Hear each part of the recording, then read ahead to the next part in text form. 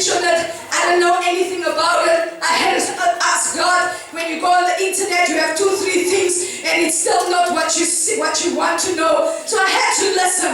A bride is a woman on a wedding day, or just before or after the event. Hallelujah. This is what the Holy Spirit said to me. A bride is a positional state of a married woman. You are not a bride only on your wedding day. Once you got married, hallelujah, you are a bride. I am the bride of my husband, Kali. Hallelujah. Though we have been married for 6 years, I am still his bride. Hallelujah.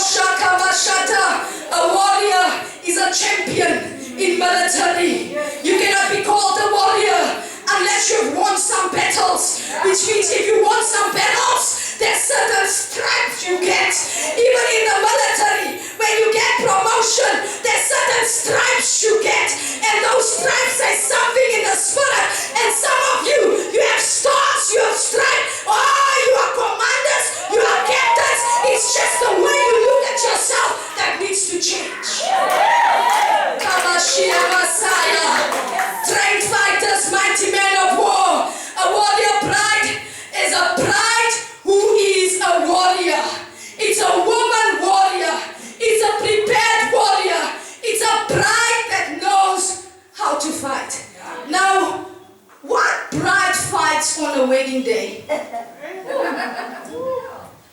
One bride fights in her wedding garments. The warrior bride. Remember I said it's a positional state. You are married. You need to understand that the Lord your maker is your husband. And you need to understand if he is your husband, you are married to God. The issue is here tonight that some of us haven't committed to the covenant of God. Some of us have just been walking with God, but some of us has not married. We are not married with God. We hear bride of Christ, but we don't know what it is about. It is a commitment. It is stepping over. It is engaging into it. Hallelujah. Because maybe you've known Jesus as your Redeemer. Maybe you've known Jesus as your healer, as your advocate. But do you know Jesus as your lover? Do you know Jesus as your lover? Have you heard him whisper in your ears? You're looking beautiful. Have you experienced Jesus stepping into your room and massaging your feet? Ons moet op kerk hou. We must stop playing church. Do you know the touch of the master? Do you know the touch of the bridegroom? If you say you are the bride of Christ, do you know the touch of the bridegroom? Do you know when the bridegroom enters in? Revelation 21 verse 9 says, I will show you the bride, the wife of the Lamb. The wife of the Lamb. Who's the Lamb? Who's the Lamb? Christ. We are the wife of the Lamb. Husbands, Ephesians 5 verse 25 to 27. Husbands, love your wife just as Christ loved the church and gave himself for her to make a holy cleansing by the washing with water through the word. How are we washing? Through the word. The word cleanses us. There's a minister that says when you get into the shower and you don't really bath, some of that water is cleansing some dirt. And maybe you're not going into deep intercession, but when you listen to the word cleanses some of that sin. Things begin to leave because it's like a rinsing. And when you are beginning to be washed, you're getting cleansed. Hallelujah. And that is the position of the bride, to be cleansed with water through the word and present herself as a radiant church without stain or wrinkle or any blemish, but holy and blameless. You cannot be a bride and have a reputation. You cannot be a bride and your wedding garment is stained full of blood. The bitterness, the anger, the unforgiveness. You cannot call yourself a bride. It's a different thing to be a bride. I mean, some of the young ladies, they are waiting for a husband, but they were flirting with any other man. I always tell the young girls there, don't wait for a boyfriend, wait for a husband. There's a difference between a boyfriend and a husband. Boyfriends come and go, but husbands are designed to stay. It's because you have the boyfriends that you jump from one to the other, because your mind says boyfriend, you wait on a husband, and while you wait for the right one, be concerned of being the right one. Everybody says, I'm waiting for the right one. What are you doing to prepare yourself so when by the time the right one comes, that you are also right? Holy, without stain, without a wrinkle, without blemish. Hallelujah. Some of you ladies, you need to get your high heels off and fight. The only thing you come and do in church is to come and pose. It's not a fashion show. It is not, you don't come to church to show off your nice clothes. Of course we are dressed, hallelujah, but it's because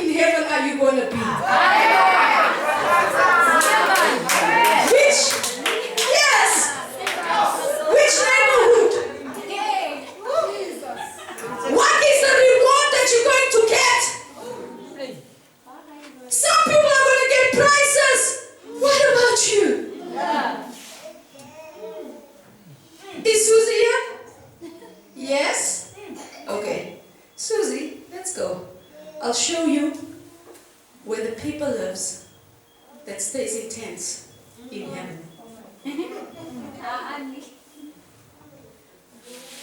There's a man that says, it's not necessarily true, but it's just to give you an idea, that there's different departments in heaven.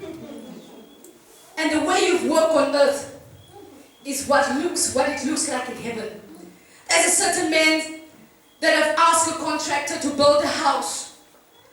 And he says, do it to the best of your ability. And he did it with all the backdoor stuff, the backdoor tiles, the backdoor ceilings, the cheap paints and all of it. And then when the owner comes, he says, you know what? You've been such a faithful servant and worker at my company. I just want to give you these keys. This is your house. You have built a house with backdoor stuff, cheap tiles, cheap paint, hallelujah. And that is how some of us do it. We build a home in heaven. We've built something in heaven, but with all the cheap stuff, the backdoor things, hallelujah. I'm here to declare to somebody that you gotta look at the way you built, hallelujah, because you don't know what you are building. You are building a spiritual thing in heaven, and the way you built on earth, it's reflecting in heaven. Kamashaya Masia Masaya Rabasia Masanda Rikamasaka Rabasaka Rabasanda Rebaka Sata. Jesus has paid a price for you. There's a bridal price that's been paid for you, and it's the blood of Jesus. You are born at a price. You are not cheap. Hallelujah. Don't let anybody handle you cheap, man. You are not cheap. If any man treats you cheap, you better chase him with stones. You are not cheap. Kamashata rabasianda rabasende. Shikanda rabasete. I need to know how much time I have so I can just rush. Yeah. 20. Kamashanda ribasata. Shinda handre kositra basinda. God has prepared a bride that will fight the good fight and win the fight, because that's your position. You are a warrior bride in your home. You are a warrior bride in your society. You are a warrior bride in your ministry, in your business. There's a lot of fighters that's on the battlefield, but when the bride comes in, the warrior bride, it's like last night when prophetess had this queen outfit on. You know, we are a lot of warriors, but when the queen steps onto the scene, hallelujah, when the warrior bride steps onto the scene, the battle began to change. The atmosphere began to change. If you ever watch these war movies, there's a lot of fighting going on, but as soon as King Arthur steps onto the scene, the whole battle changes. I'm here to declare to somebody, once you know your position as the warrior bride, hey, there's not much you need to do. You just need to show up to show off. I said show up to show off. Your presence is so powerful. It makes the enemy mad. The requirement for being a warrior bride, you got to be married to the Lamb. You have to be in covenant. If you're in covenant, there's so many benefits. A covenant-keeping God. Because of you that is in covenant, your family are blessed. Because of you, you might be the last born, but because of your covenant, you will be shifted to the firstborn position like Joseph. Reuben was the firstborn, but because of the covenant that God had for Joseph, he he bypassed all of them, and he had that firstborn blessing upon him. Yes, covenant keeping God. Covenant keeping God. I say when you're in covenant, he will answer you before you call. No, you have not uttered your prayers, and already he has answered. Covenant keeping God. Some of you know him just as God, but have you stepped into a covenant? The reason why you can't call yourself bride, Because you don't have a covenant. Why was Jacob blessed? Because of the covenant God made with Abraham. Generational. Because of the covenant that your grandfather made with God, that's why you are blessed. Covenant keeping God. Kamashia Masanda. Rikondo Robosianda. Kisanda Rabasanda. Quickly, 3 examples of warrior brides. Deborah, the wife of Lapitot. The fact that it says wife, we can also say the bride of Lapitot. And then this interesting young girl, Jael, the wife of Heber, the bride of Heber. And then Esther, the queen, the wife, the bride of King. Is it Xerxes? Help me out. Xerxes. And then God said to me today, I don't know who ministered. And he said to me today, those are warrior brides. But do you know there's a warrior harlot? I said, what? And who's she? Delilah. Because the similar strategy that Jael used was the similar strategy that Delilah used to deceive Samson.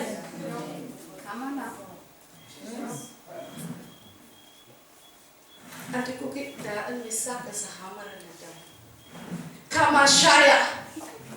I'm not going to talk a lot about Deborah.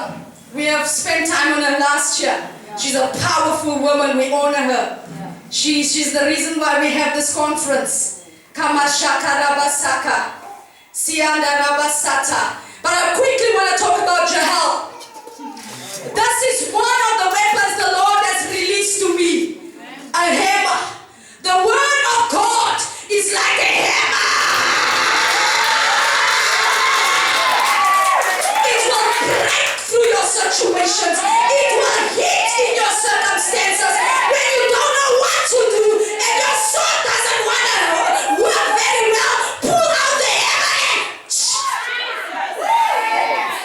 Kamashaya Masianda Rabasaka.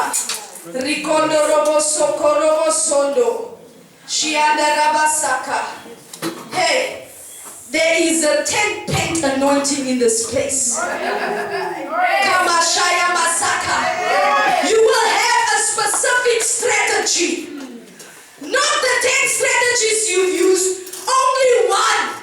To deceive your enemy and invite him into your territory. And once he's there, hallelujah, your battle plan is all made up.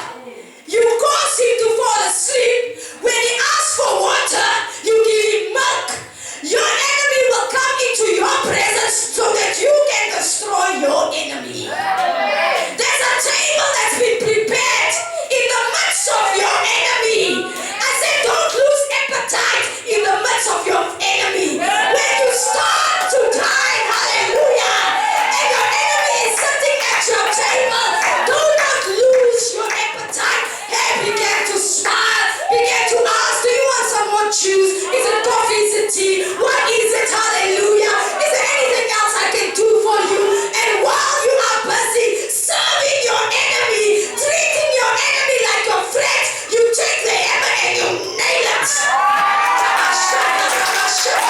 You nail it. You destroy him. Hallelujah. You destroy him. But some of you need to be awake. The enemy also has a battle plan.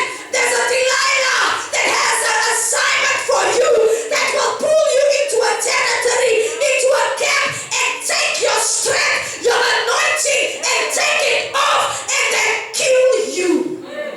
You gotta be awake. Be awake, be awake, be awake. Tell somebody, be awake. Kamashaka Rabasaka Rabashaka. Ribasanda Rabasata. Quickly on Esther. Esther, a warrior bride, born for a time such as this. You gotta know your timing. You gotta know when you speak and when you keep quiet. As warriors, sometimes we speak too much. Oh, we don't know our timing, when to talk to our husbands and what to talk to our husbands on what times. You gotta know your timing. But some of you, God is saying, if you keep silent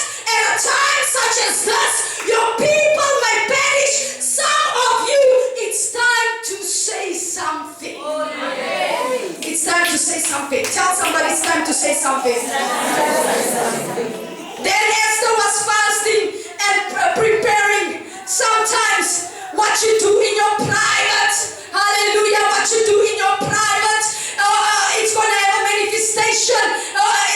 What you do in the spiritual realm, whatever the fasting that you're busy with, hallelujah, when you show up to show off, walls begin to fall, hallelujah, because you already won the battle. It's just the demonstration that needs to happen. Amen. Prepare. Kamashaka rabashaka. Ribosondo robosoko robosianda. Prepare. Prepare. Prepare for battle. Just like Mordecai has been exalted, God is about to exalt somebody in this place.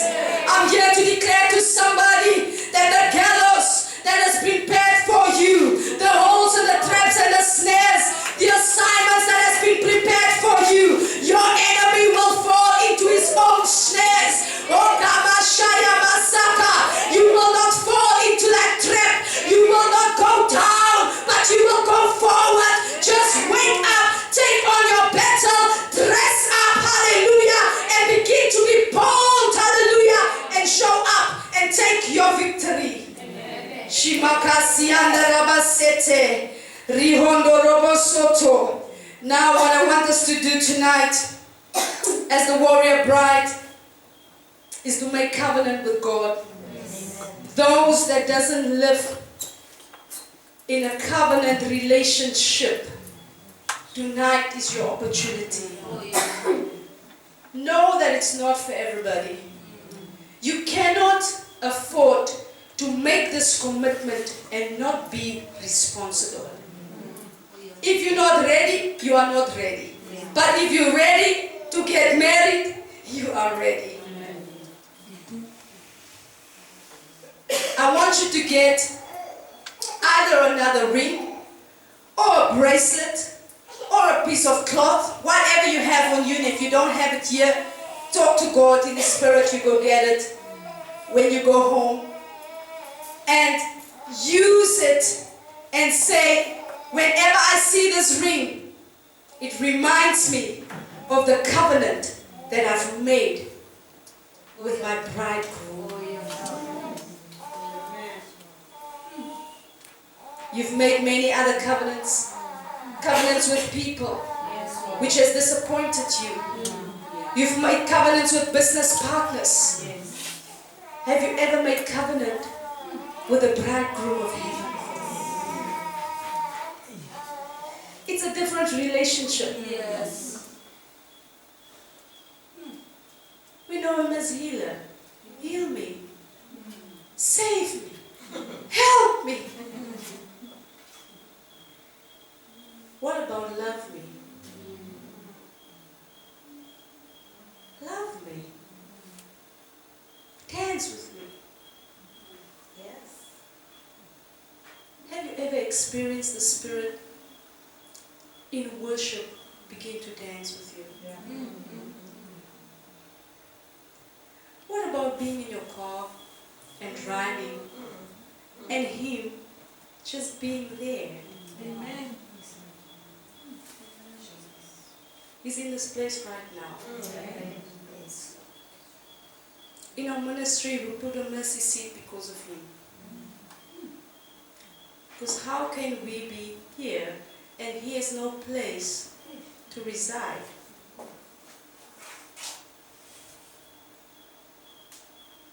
If you want to be the wife and the bride of the bridegroom, you guys